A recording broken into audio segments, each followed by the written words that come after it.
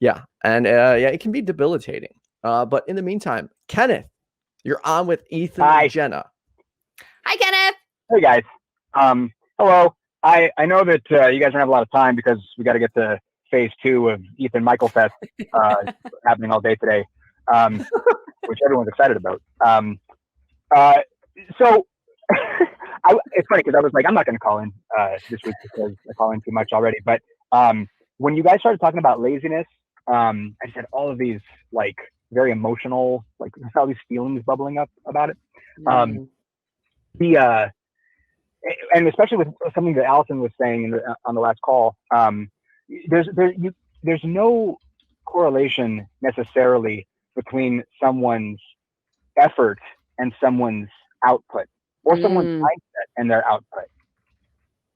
It's just not a useful tool if you're looking at like what someone's getting done to make judgments about their abilities or their mindset, because like you guys said, everybody's coming from, a different level of ability. So that's some people don't try at all and make it through these things because it's just easy. And some people are trying so hard at everything they do and they just can't seem to catch a break. So yeah. And then just with burnout, I just wanted to tell you guys, in my experience, where the distinction was between laziness and burnout. I think laziness is totally a thing. I do. And so this morning I'm sitting on my couch and I've got my cup of coffee and I've got my dog and I'm covered in blankets and I'm watching TV and I didn't feel like getting up and doing anything. And it purely boiled down to, it's more comfortable being on the couch than it is to be up and doing things. So I look at laziness as just this question of motivation. I don't think that there's any like moral judgment to be made about me because keeping myself on the couch seemed like it would feel nicer than getting up and doing things. But I just think laziness is a good word to use for describing that state of mind. Do you think that we have any control over our levels of motivation? No. I mean, because I'm a determinist, I argue hard against, notions of like libertarian free will. So I think that we can't choose to want the things that we want in any like meaningful sense. But that's a whole other rabbit trail that we just kind of had to get down. But I think the problem is when we start to assign moral judgments, saying that like a person is, bad because they don't feel like getting up and doing something. I don't think that. I mean, laziness is historically treated as like a vice, but I think that's a mistake. There's a knee-jerk reaction to be like, oh, that person doesn't feel like getting up and doing work or whatever, so they're a bad person. I think that's wrong. So you think that lazy is a thing, it's just not necessarily negative? I think it's dependent on goals and the individual person's values.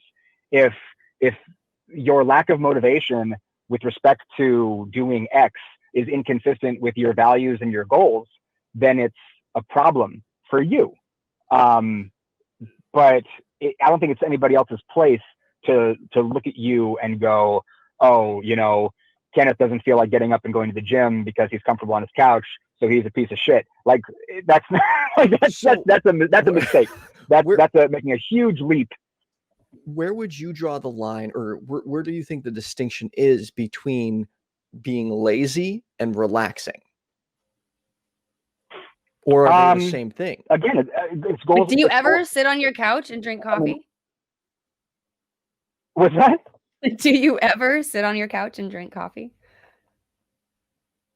Yeah, I did it this morning for like an hour. I was watching, morning news programs and just, petting my dog, and it was great. And I mean, rest is essential.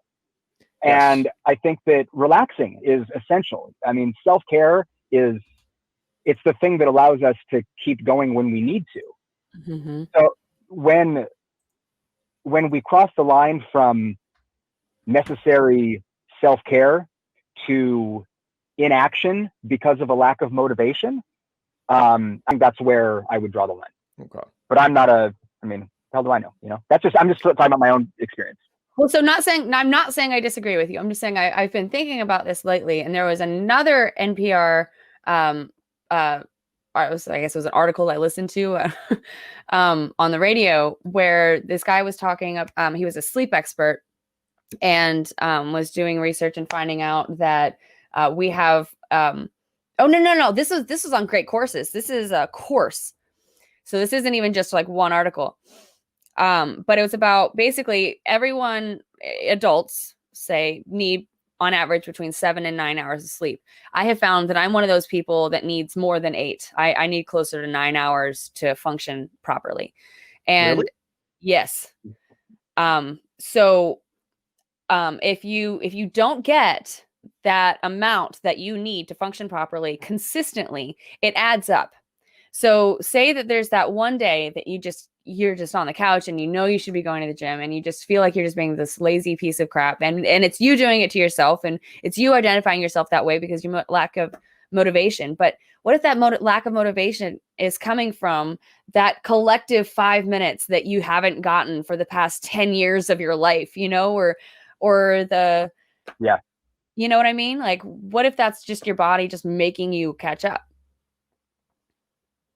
I mean, it definitely comes from somewhere, Right. And I think that this is just one more reason why mindfulness is so important, taking stock of where you are and paying attention to, how what you do affects how you feel.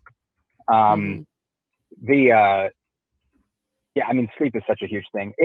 When you were saying that, I was reminded of, I'm a big fan of Arnold Schwarzenegger, and he's good at those motivational speeches. He did it. He did a speech one time where he talked about how when he first came to America and he was, a bodybuilder and he was working out, all these hours, and then he would work another like 8 hours a day. And then at night he was going to community college in Santa Monica and working toward his degree. And he was only getting like 4 hours of sleep. And he would talk to people and they would say, well, I need more than that. And he said that what he used to tell people was, just try sleeping faster. And I think that I love Arnold, but I think that's wrong. Yeah. Faster. Didn't work like that.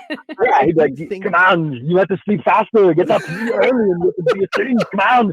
And like, we've learned a lot in the last, 25, 30 years about the necessity of self-care. And I in my own life, the distinction has always come down to between like laziness and the need for rest and burnout.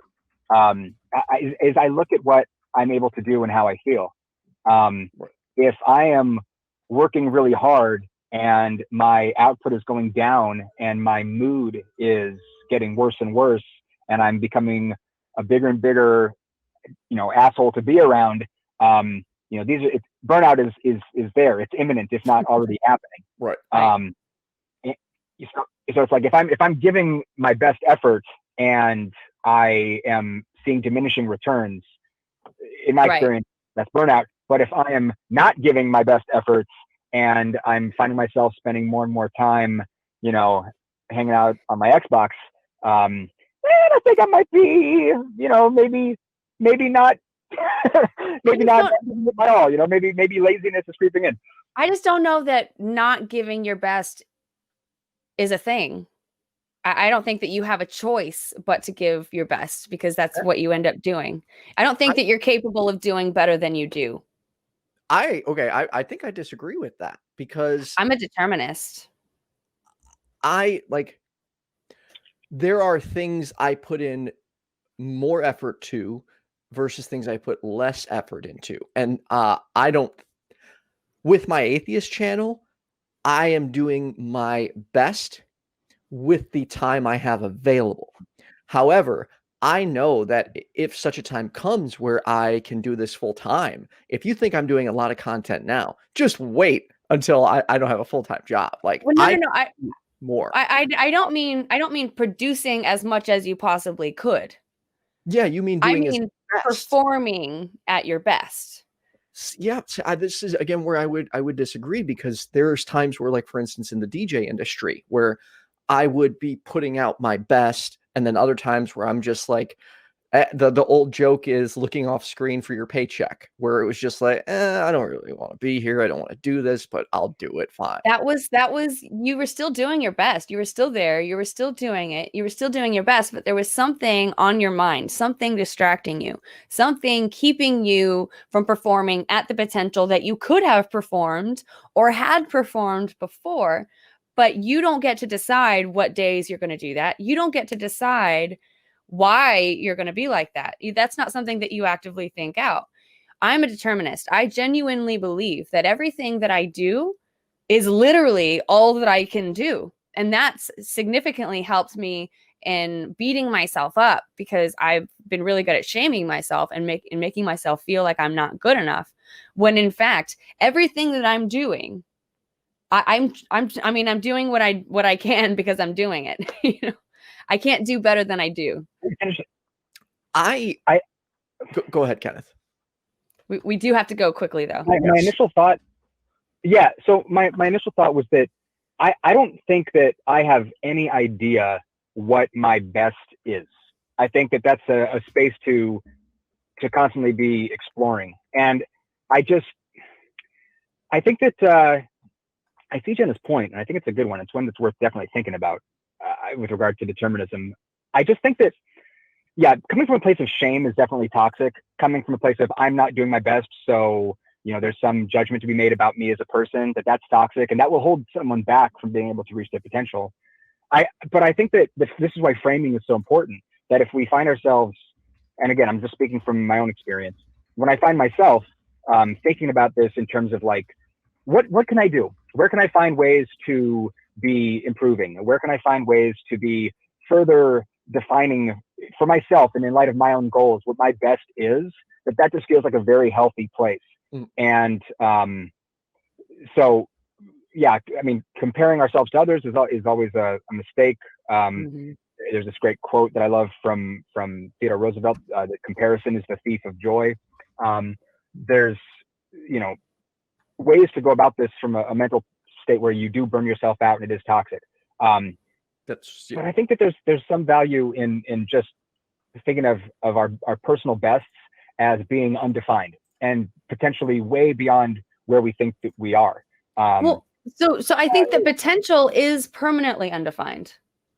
Real quick, sorry to cut off this great conversation. I'm sorry too. We actually do. I'm gonna run away.